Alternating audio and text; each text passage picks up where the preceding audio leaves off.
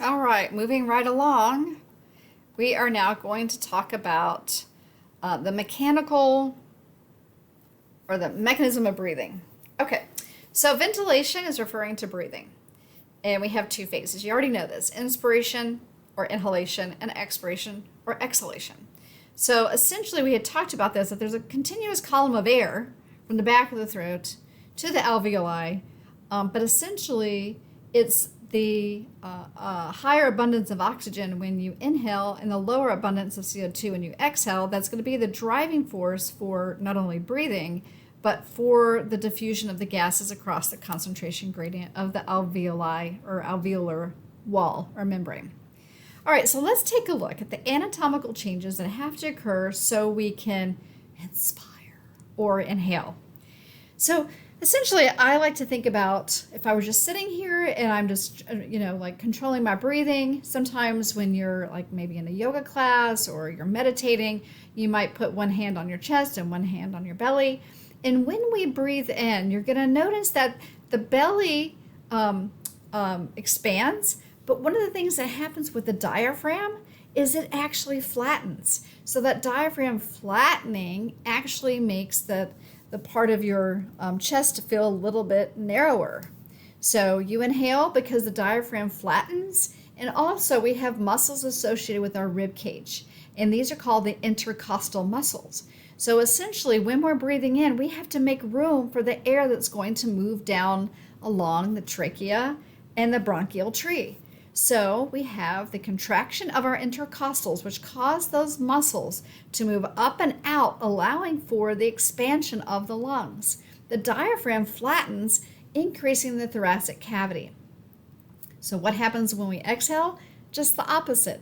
The diaphragm now is going to go from being flat to being more rounded, pushing up on the lungs, forcing the air out, and these intercostal muscles relax, and when they do that, they cause the thoracic cavity to shrink.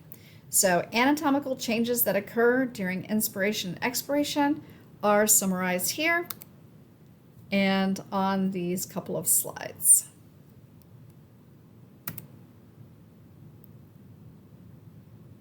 Okay. Not so much interested in you guys telling me about air pressure. I mean, if you like air pressure and Boyle's Law, great, but if you don't worry about it. Okay, so yes, when we expire, we know that diaphragm is going to relax, pushing back up on our lungs.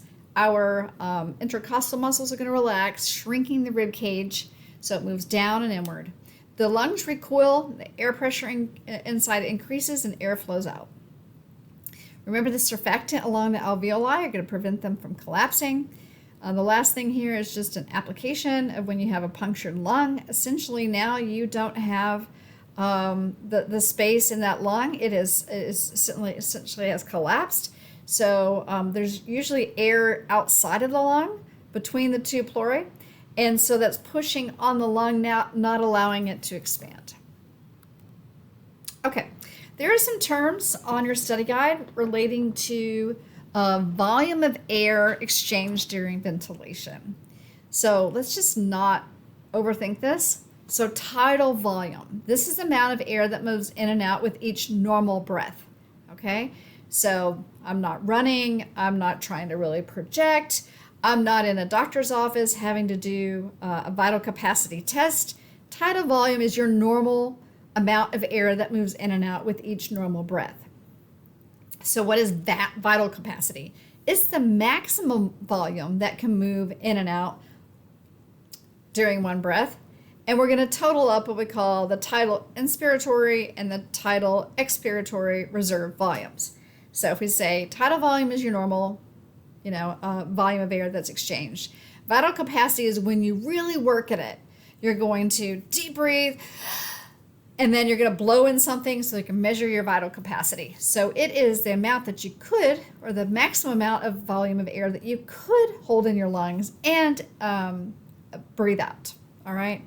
And what's making up that vital capacity is your total inspiratory and expiratory reserve volume. So this is just the increased volume of air moving in and out of the body with forced inspiration and expiration. And that's what we do in vital capacity. If you go in for a vital capacity test, they're going to use a spirometer, likely a dry spirometer. We use these on campus. And so essentially you'll sit here and relax, try to have some normal breathing, but at some point in time you'll breathe in as deep as you can and you'll exhale forcibly into this mouthpiece. And the spirometer is going to measure how much volume of air you are holding or you can hold in your lungs at that moment when you're exhaling that air forcibly. So essentially then you're getting the idea of this expiratory reserve volume. So we use different instruments to measure the reserve volume, but essentially the vital capacity is going to be the sum total of what you can forcibly exhale and forcibly inhale.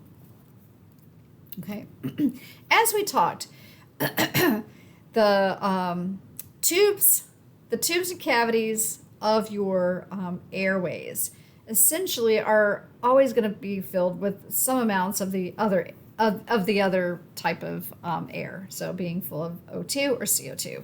And some of that inhaled air never even gets to the lungs. So it's like in your nasal cavities and all other places. And so essentially places where we're not doing the exchange, we call dead airspace. Residual volume, the air remaining in the lungs after exhalation. Not really too interested in that in a medical situation, in a medical environment, just normally speaking. But essentially that just tells you how much air you're still holding in there when you're, even after you exhale. Like I can sit here and talk and we're exhaling as I'm doing that, inhaling and exhaling. So essentially there is some amount of air still in there after I've exhaled. So this is a fancy type of spirometer. And you can see here that all of these things that we were looking at before are being measured to determine essentially that what we call total lung capacity or vital capacity plus that residual volume. Okay. In your study guide, it's going to ask you to identify some upper and lower respiratory infections.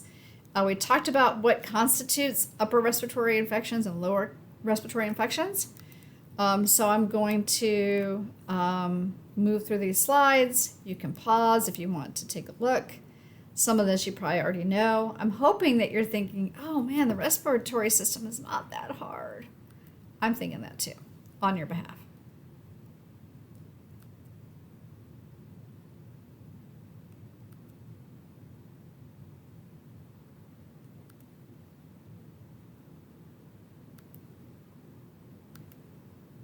And here's a summary of some of those diseases and disorders of the respiratory system.